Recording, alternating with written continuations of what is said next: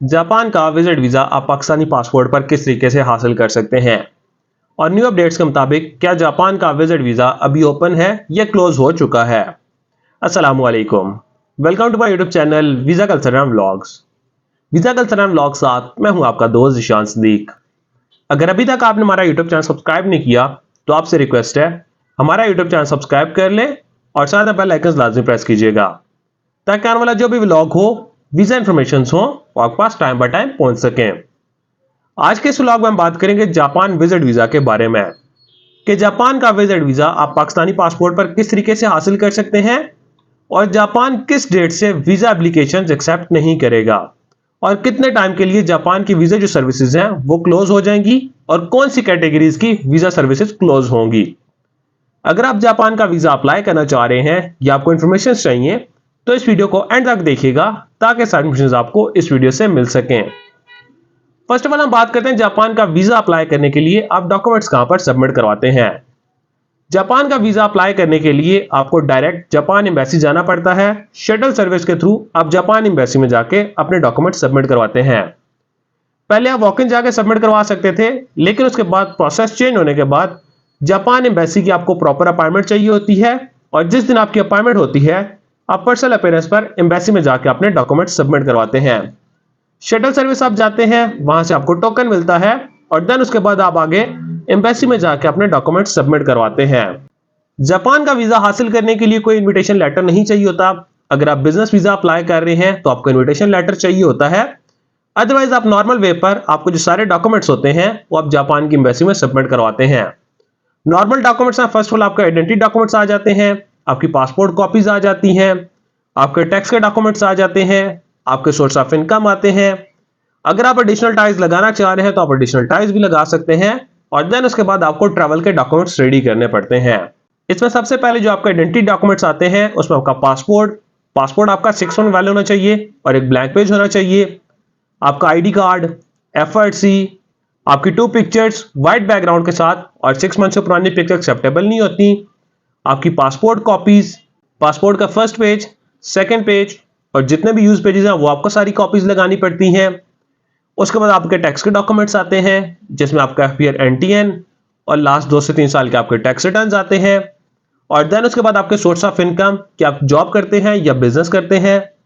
अगर आप जॉब कर रहे होते तो आपको जॉब लेटर चाहिए होता है, एनओसी लेटर चाहिए होता है और लास्ट 3 मंथ की सैलरी स्लिप्स। और अगर आप किस सेक्टर से रिटायर्ड होते हैं तो आपको रिटायरमेंट लेटर, देन आपको पेंशन स्लिप साथ में लगानी पड़ती हैं। और अगर आप बिजनेसमैन है, business letter at sign stamp के साथ, business visiting card, business FPR, NTN, business tax returns, business chamber certificate और लास्ट 6 मंथ की बिजनेस की बैंक स्टेटमेंट चाहिए होती है। बैंक स्टेटमेंट का फर्स्ट पेज, लास्ट पेज और अकाउंट मेंटेनेंस सर्टिफिकेट बैंक से साइन और स्टैम्प होना चाहिए। और उसके बाद जो आपकी स्टेटमेंट है 7 डेज से पुरानी स्टेटमेंट आपकी एक्सपायर कंसीडर की जाती है। और जहां तक बात रही स्टेटमेंट क्लोजिंग बैलेंस कितना होना चाहिए, closing balance round about 10 lakh से 12 लाख या 13 लाख इतना क्लोजिंग बैलेंस आपके अकाउंट में होना चाहिए। अगर आप सैलरीड पर्सन है तो सैलरी आपके अकाउंट में आ रही हो और आपकी स्टेट मेंटेन हो तो आपको वीजा इजीली मिल जाता है।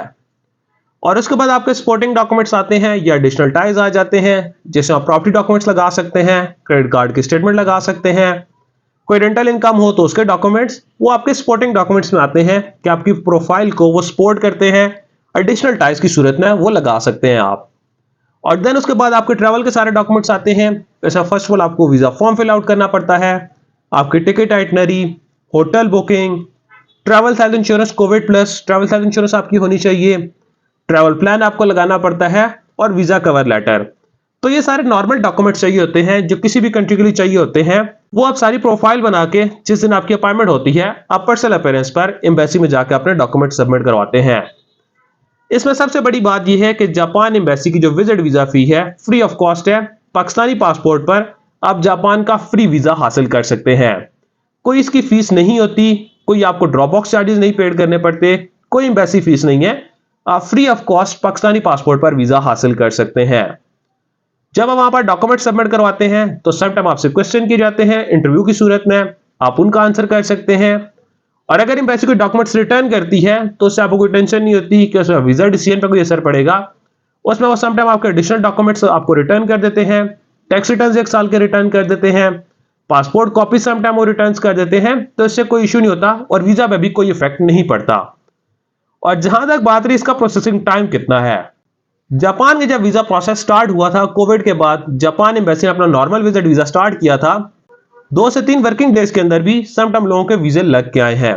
लेकिन इस टाइम पर जो वीजा का प्रोसेसिंग टाइम है 7 to 10 डेज के अंदर आपके वीजा का डिसीजन होके आपको पासपोर्ट वापस मिल जाता है और बहुत ईजी प्रोसेस होता है आपका वीजा हासिल करने के लिए।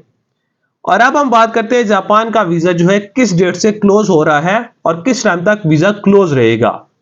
जापान का जो वीजा प्रोसेस है 31 अक्टूबर 2023 तक ओपन है और उसके बाद जापान का वीजा प्रोसेस क्लोज हो चुका है। अगर आप बिजनेस इनविटेशन अगर आपके पास है, आप बिजनेस वीजा अप्लाई करना चाह रहे हैं, तो आप डायरेक्ट एम्बेसी जाकर अप्लाई कर सकते हैं या आप एम्बेसी को ईमेल करेंगे तो एम्बेसी आपको उस पर रिस्पॉन्ड करके आपको डायरेक्ट एम्बेसी बुला लेगी। नॉर्मल विजिट वीजा की जो फाइल है वो आप सबमिट नहीं करवा सकते। 31 अक्टूबर से पहले पहले जिन लोगों की अपॉइंटमेंट है वो इजीली जाकर सबमिट करवा सकते हैं।